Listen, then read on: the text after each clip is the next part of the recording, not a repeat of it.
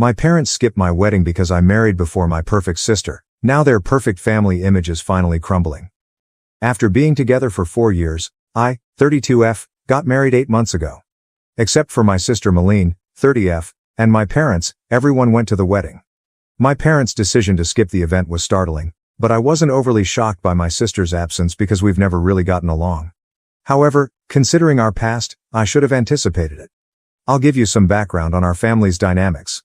I can't completely blame my parents for constantly favoring my sister over me. Throughout her life, she has been exceptionally good at almost everything. She was the center of attention in every room she visited as soon as she could walk. She won every spelling bee, science fair, and talent show in elementary school. Class president, valedictorian, and prom queen were all very much the same in high school. Tall, slender, and attractive enough, she pursued modeling while in college before concentrating on her business degree. She got her first modeling job during her sophomore year, and I can still remember it. To celebrate, my parents invited all of our family members and her friends to a lavish party. Her first professional headshot was framed and hung in our living room, where it remains to this day, directly above the fireplace. The same year I received my degree in computer science, they merely murmured, "Well done," and resumed organizing Meline's next photo session. She immediately climbed the corporate ladder after graduating and landing a job at a prominent company. She already has a corner office and a corporate car at the age of 30, making her a senior executive. In the meantime, I work for a respectable computer company as a mid-level software developer. Although I'm pleased with my work and it's a decent profession, it's not the type of employment that makes parents boast in front of the family. In addition, I'm bigger and shorter than my sister. My mother made crude remarks about my appearance, signed me up for workout classes I didn't want to attend, and put me on diets all the time when I was growing up. She would say, "Meline never struggles with her weight." Or, "You could look as nice as your sister if you just put in a little more effort." Even though I had learned to ignore these remarks by high school, they had an impact. Over the years, I've accepted these distinctions. I ultimately came to terms with the fact that my parents never took as much delight in my accomplishments as they did in Meline's. What was my option? I tried to get their approval for years by attending classes they recommended, joining clubs they encouraged, and even attempted modeling for a short time, a failure my sister never lets me forget. However, nothing was ever sufficient. I was merely the second daughter, and they were completely enamored with my sister's achievements. I gave up attempting to impress them sometime in my mid-20s.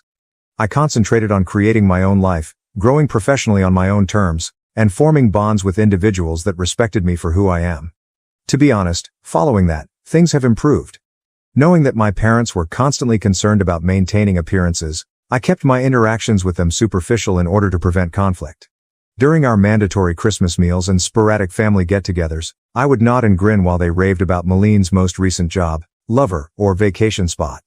Since they had Meline to swoon over, they didn't seem to notice my emotional distance. Then, at a computer conference, I ran upon my spouse through a mutual friend. He noticed me, actually saw me, unlike my family. He liked my dry sense of humor, my ability to code, and yes, even my body type, right from the beginning. He never once said I should change or make comparisons to other people. He proposed to me after 4 years of dating when we were alone at home, enjoying takeaway and our favorite TV in the background. It was flawless. Naturally, I told my folks that I was engaged last year. My first clue should have been their response. There was no congratulation, only stillness. My mother then questioned whether I was certain I wanted to jump right in and recommended that I might want to improve my physical condition before the wedding. My father didn't say much at all. During the engagement party, my husband noted their odd reaction, which I was too anxious to fully comprehend at the time. They crouched over my mother's phone in a corner for the majority of the evening. My husband then informed me that he had heard them talking to Meline on the phone, who was clearly crying. They were talking about how this wasn't the plan, and how they never expected Rebecca to get married first, according to what he vaguely heard. There were some minor setbacks during the wedding planning process.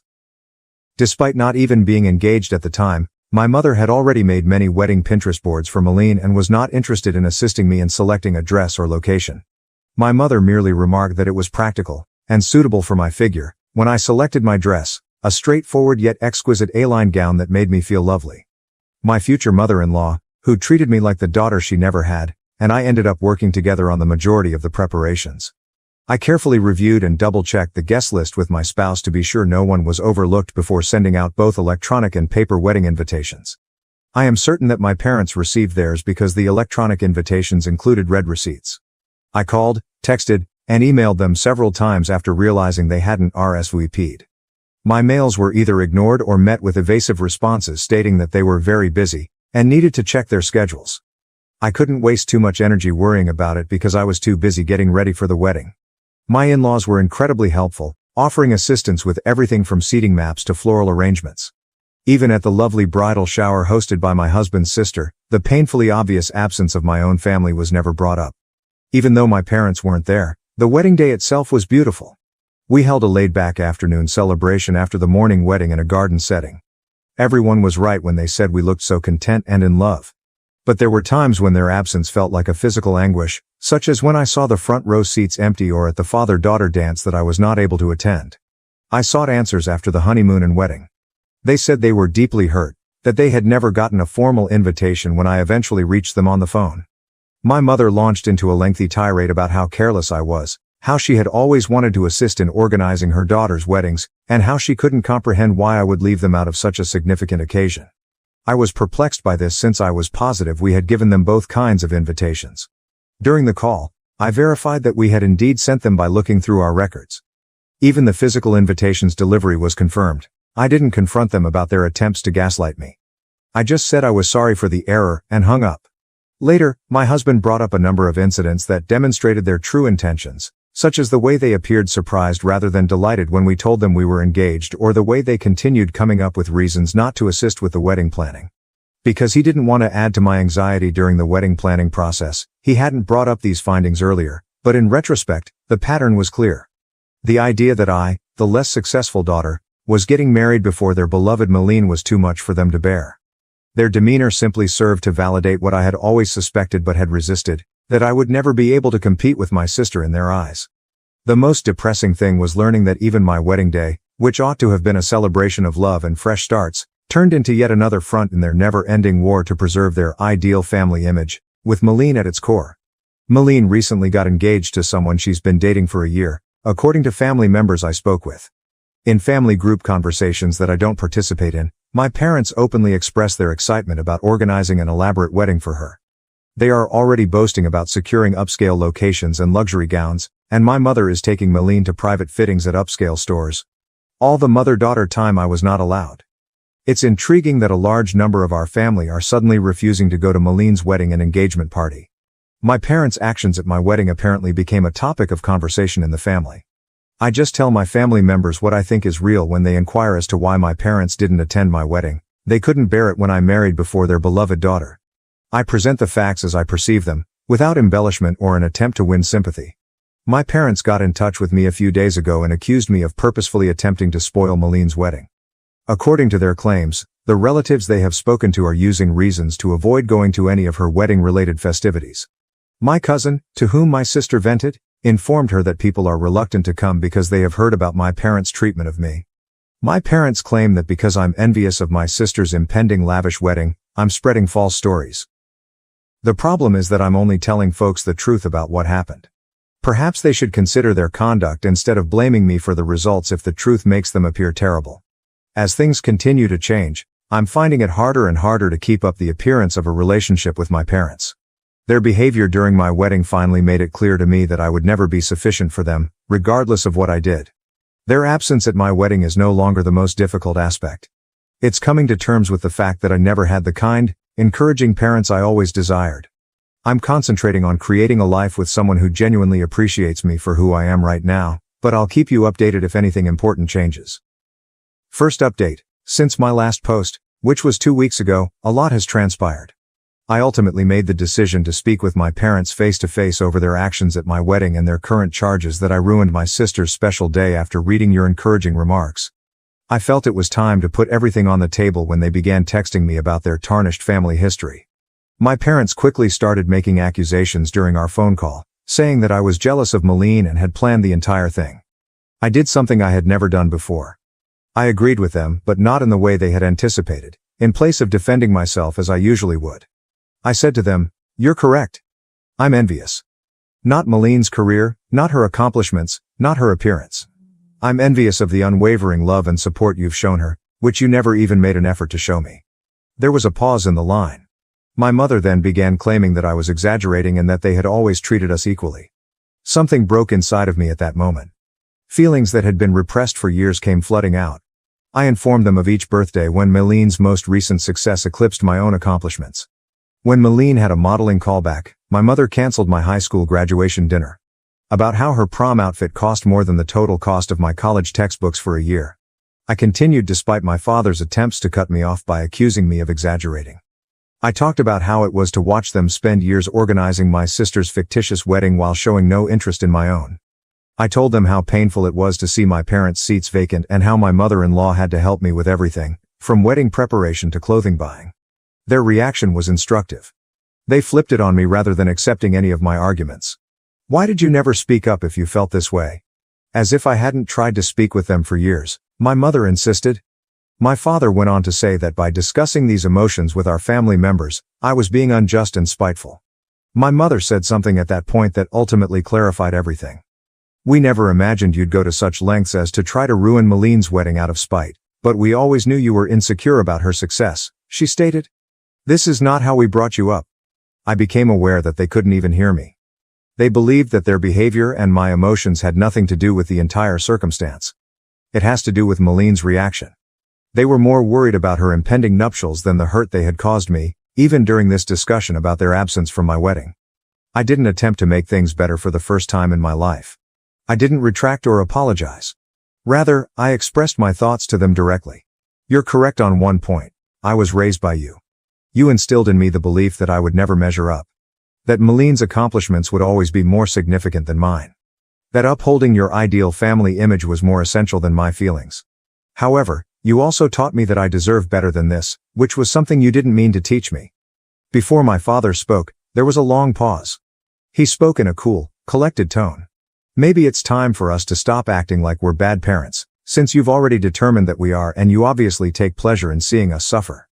Since you are family, we assumed you would assist in resolving this issue, but it is clear that you have made your own decisions. The last blow was delivered by my mother.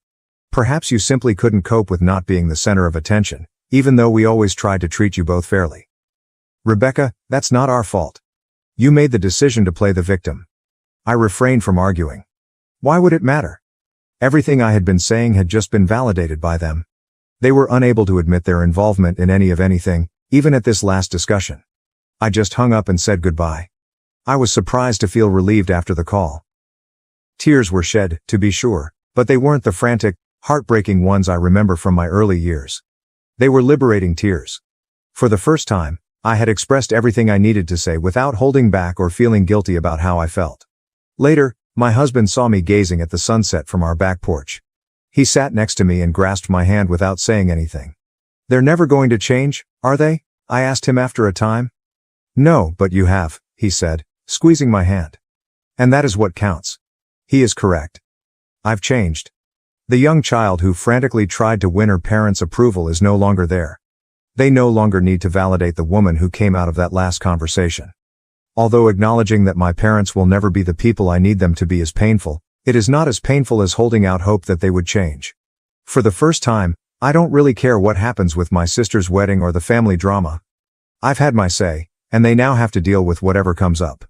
The most peculiar aspect? I feel as though a burden I've carried my entire life has finally been lifted. Although it's not the happy ending I had hoped for with my parents, perhaps it was the one I needed, the ability to quit striving for love that ought to have come naturally. Second update. 3 days have passed since my run-in with our parents, and things have taken a surprising turn. Meline made the decision to become involved in the drama, but her strategy failed horribly. My sister sent me a thoughtfully composed message yesterday morning. She had developed a condescending tone over the years, and it was evident in her text. What you said to your parents was totally inappropriate. They have helped us through every stage of our lives and given us everything. You cannot simply blame them for being poor parents because you are insecure about the decisions you have made in life. She continued the message with her typical blend of moral superiority and covert jabs. I understand that your wedding wasn't exactly what you had envisioned, but that doesn't mean you should try to destroy mine. There's nothing wrong with wanting a celebration that honors those of us who have put in a lot of effort to meet specific standards. Rebecca, not everything needs to be a contest. I didn't bother to answer. I've discovered that interacting with her merely provides her with more ammunition after years of putting up with her manipulative conduct. I just blocked her number instead. Meline has never been one to put up with being ignored, So I assumed that would be the end of it. My husband, who was laughing so hard that he could not speak, called me at work a few hours later. Meline was apparently unable to get in touch with me directly, so she found his personal number, probably via a common acquaintance, and sent him a string of texts outlining the precise reasons why our sister relationship has never been good. She began her initial communication to him in a sufficiently professional manner. As Rebecca's sister and someone who cares deeply about our family's well-being, I feel compelled to reach out. However, it soon turned into her actual motivations. She informed my husband that he had an obligation to help me behave in a more suitable manner because he was the new man in Rebecca's life. The messages become increasingly patronizing. Family dynamics are complex, she told my husband, a professional software architect with an MBA, adding that someone with Rebecca's sensitivity might not understand the bigger picture. She advised him to assist me in seeing reason before I irreparably harm family relationships. Her attempt to play on what she believed to be his social climbing impulses was the true kicker, though. In fact, she wrote, "Surely you understand that maintaining good relationships with successful family members like myself could be beneficial for your future. Rebecca's behavior is only hurting her own prospects and, by extension, yours." Having always been able to see through Meline's facade, my spouse thought her attempt at manipulation was humorous.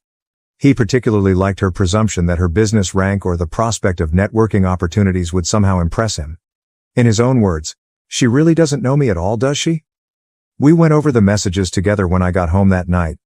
I was laughing with my hubby instead of feeling offended or upset. Seeing Meline's deceptive methods exposed, particularly when they were aimed at someone who was totally impervious to them, was liberating. I learned something significant about my sister as a result of this encounter. She is still that insecure adolescent who needs to tear others down in order to feel superior, despite all of her achievements and success. It's clear how little she knows about good relationships that she believed she could control me by manipulating my husband. When her direct approach failed, she swiftly turned to trying to use my husband against me, which was the most revealing aspect. She used to do precisely that in high school. She attempted to turn my friends against me when she was unable to bully me directly. Different decade, same strategies. With this fresh viewpoint, I now understand how Meline's actions went beyond simple sibling rivalry throughout our early years. She made a concerted effort to keep her status as the favorite child, always telling our parents, and me, how much better she was. She had to overshadow whatever I accomplished. She had to point out my shortcomings to everyone I made friends with. My response to her games is different now. Her messages would have caused me to fall into self-doubt 10 years ago. I would have been upset and hurt 5 years ago. Today? Simply put, I'm sick of the drama and find her blatant attempts at manipulation amusing. My husband's response was ideal. Rather than becoming embroiled in her drama, he merely responded, "Thank you for your concern about Rebecca's well-being. As her husband, I'm focused on supporting her happiness, not managing her behavior. I think it's best if you direct any future concerns to Rebecca directly. Have a nice day." Meline sent one last message after not receiving the desired response. "I see she's poisoned you against the family too. Don't say I didn't try to help when this all blows up in your faces." Ironically, Meline's attempt to assist has further strengthened my resolve to keep my distance from the destructive dynamics of my family. Nothing has changed, as evidenced by her messages to my spouse. She is still the same cunning individual who feels the need to dictate every story and who perceives any departure from her ideal family script as a danger. Knowing that her attempts at persuasion were so totally unsuccessful is perhaps the most pleasant aspect of the entire incident. She succeeded in bringing my spouse and I closer together rather than causing us to drift apart. Totally unconcerned by her fears of social repercussions, we joked about her texts and planned a weekend trip during the evening. I've come to understand that true family isn't about upholding facades or dictating stories. It's about standing together, laughing together, and supporting one another when someone tries to manipulate you, even your own sister. I'm more certain than ever that I'd be better off keeping a safe distance from Meline's wedding drama. Instead of getting sucked into my family's never-ending power struggles, my husband and I have made the decision to concentrate on creating our own happiness. Success is said to be the best form of retaliation, but I'm coming to realize that real success isn't about impressing people. It's about accepting your decisions and surrounding yourself with individuals that encourage rather than impede your own development. I feel more successful than ever by that metric. Third update. After my sister's unsuccessful attempt to control my husband 2 weeks ago, things have taken unanticipated turns. The situation is becoming worse despite my parents' desperate attempts to repair their reputation. I found out through family ties that my parents have been on a mad quest to correct the narrative. They have been phoning each relative separately and accusing me of spreading vile tales because I'm envious of Meline's ideal wedding. They claim that I'm just resentful since her wedding will be far more sophisticated and gorgeous than mine was. According to their most recent tale, I purposefully left them out of my wedding so I could act like the victim. It's funny that they still reside in the same home they've owned for 30 years and have the same email addresses since the invention of email, but they're saying I sent their invitation to an old email address and an old physical address. The good news is that their attempts to limit the harm are failing miserably. Our family members don't believe it. Actually, a number of family members have shared their personal accounts of my parents' history of partiality. According to one aunt, my mother had previously engaged in similar antics at family weddings in an effort to guarantee that Meline was the life of the party. The way my extended family has reacted to my parents' manipulation is the most fulfilling development. Important family members, some of whom were expected to have significant parts in the event, have stopped supporting Meline's wedding. They may no longer have access to the exclusive location they were able to get through family ties. Even a family friend's luxury garment business has unexpectedly experienced scheduling conflicts. At a family get-together last weekend, things reached a breaking point. It seems that when someone naively inquired about my wedding pictures, my mother became upset. Out of jealousy, she started a defensive tirade about how I had changed after getting married and was attempting to destroy the family. Her tantrum backfired, stunning a number of relatives who were unaware of the circumstances and further harming their well-maintained reputation. It's especially ironic that my parents' frantic efforts to maintain their ideal family facade are the reason it's falling apart. Each time they attempt to justify their absence from my wedding, they wind up disclosing more about who they really are. People are becoming more aware of their deception the more they attempt to portray me as the bad guy.